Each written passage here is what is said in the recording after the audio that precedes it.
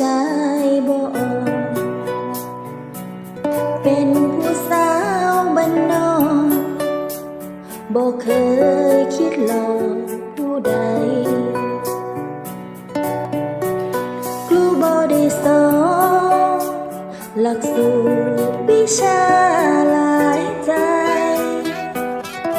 สู้งานพอได้แต่สู้คนหลายใจบ่เป็น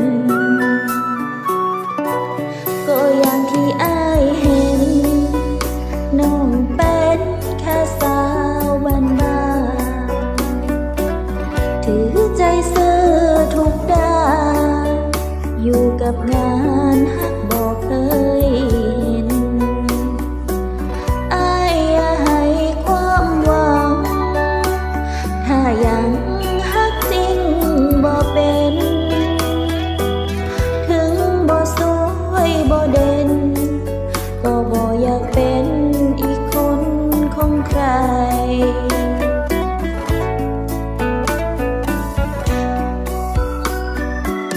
เก็บเอาความหลายใจความหลายใจไปใช้ดีเก็บเอาคำฮักคืนถ้ามีคนอื่นร่วมใช้ก่อนโทรมาเบอร์นี้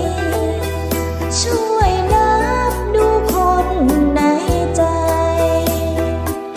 อย่าตัวเองนะถ้ายังจริงใจ